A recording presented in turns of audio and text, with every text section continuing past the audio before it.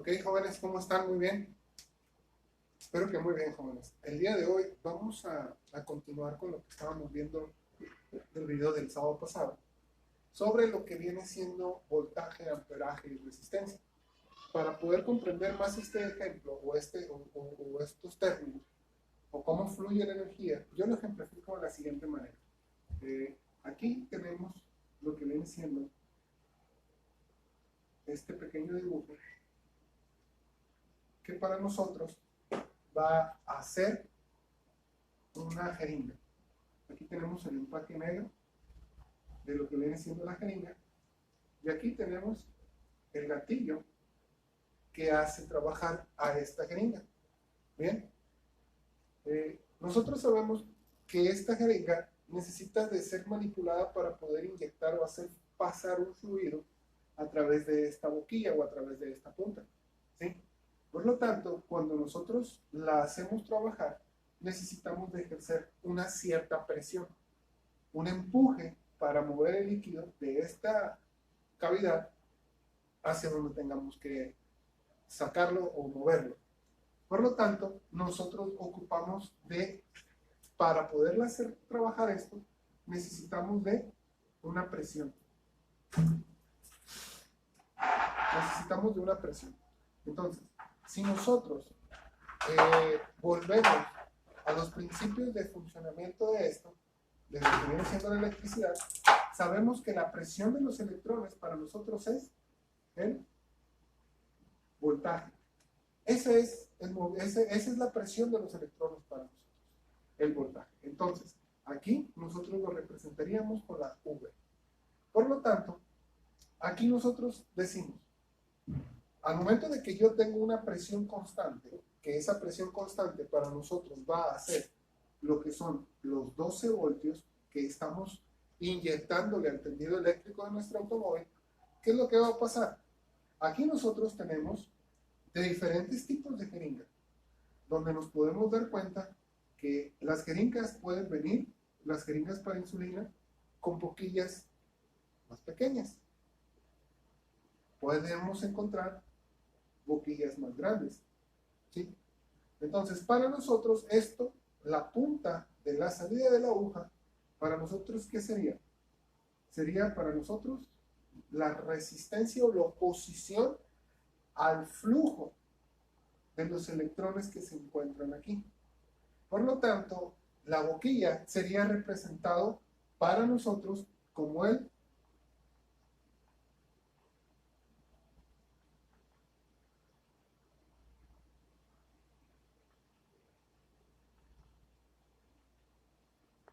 calibre del cable, ¿sí? Entre más grueso, más electrones. Entre más delgado, menos cantidad de presión. Obviamente, a lo mejor sí puede alterar la presión, lo que viene siendo esto en la jeringa, pero tratamos de dar este ejemplo para poder entender un poco más lo que viene siendo el funcionamiento de los electrones a través de ese conductor. Por lo tanto, dependiendo de esto, de la resistencia, yo voy a obtener una cantidad de amperes o una cantidad de amperaje determinada para lo que viene siendo el flujo de la corriente o en su defecto el flujo de los electrones. Por lo tanto, esta sería mi cantidad. La cantidad de electrones que está saliendo sería la cantidad, obviamente, pues de amperaje. Tenemos la presión, la oposición al flujo y la cantidad de electrones. Y eso lo podemos ver representado en diferentes efectos físicos de lo que viene siendo lo que es el automóvil. Ahora, vamos a ver algo interesante aquí. Lo que nosotros decimos, ¿sabes qué?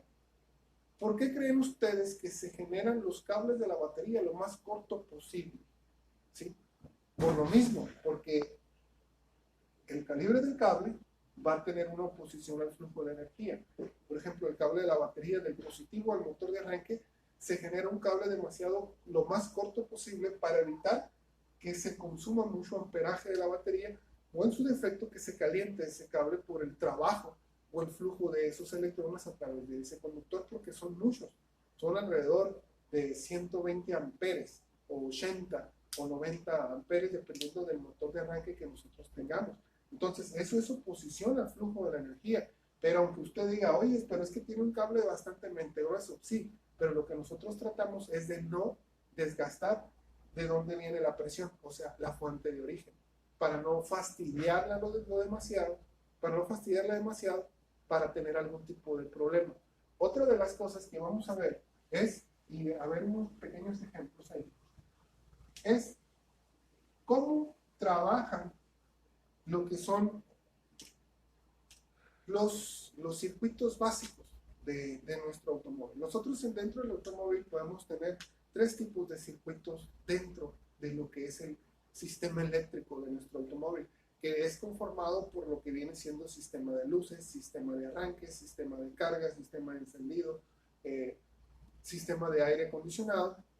Todos estos sistemas que dependen de una energía van a contar con un tipo de circuito de los que vamos a ver ahorita, ya sea un circuito en serie, un circuito en paralelo o un circuito mixto, ¿sí?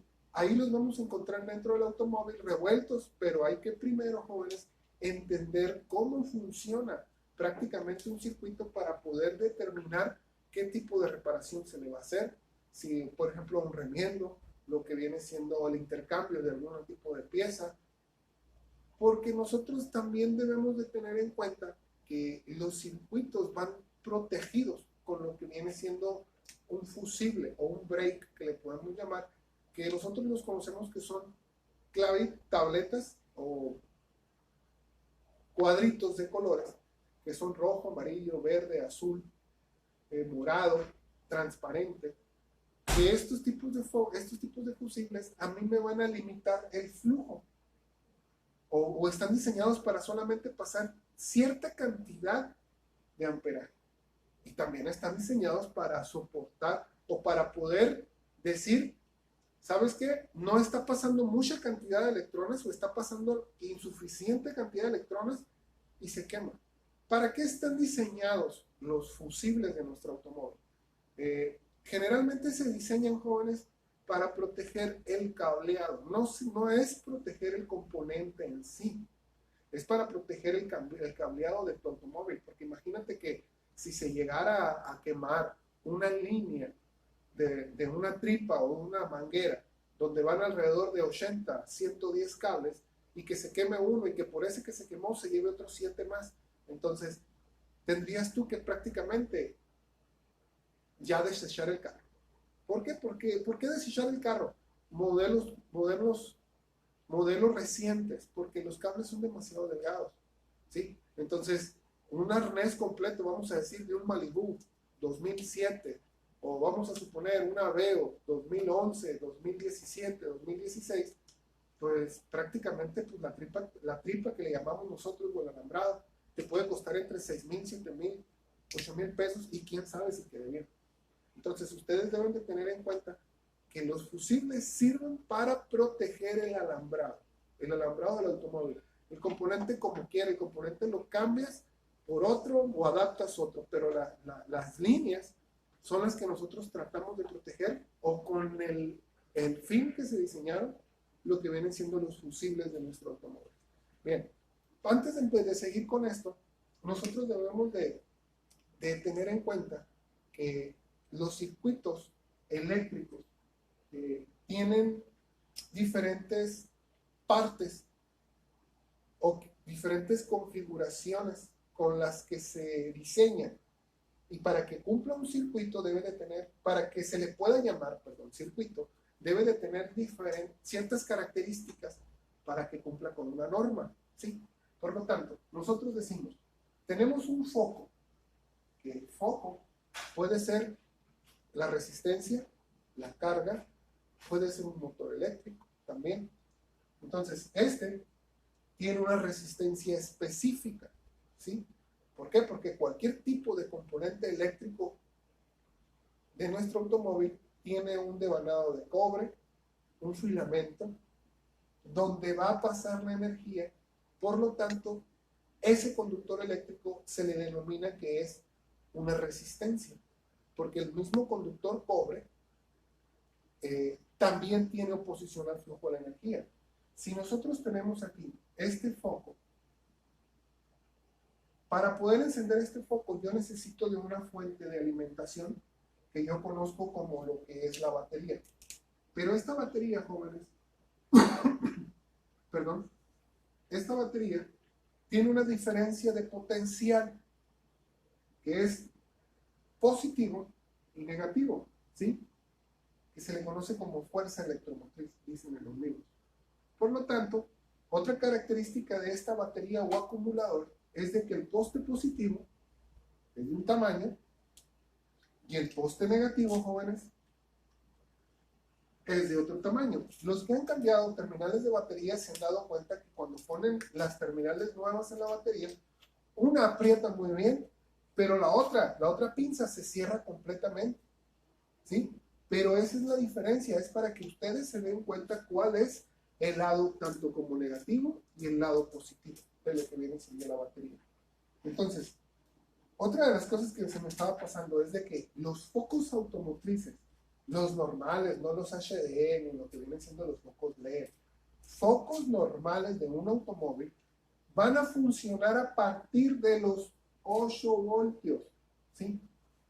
Van a empezar a funcionar a partir de los 8 voltios, pero su rango de trabajo es 12 voltios. Si yo sobrepaso los 12 voltios, el foco se quema, ¿sí? O en su defecto, se quema el fusible.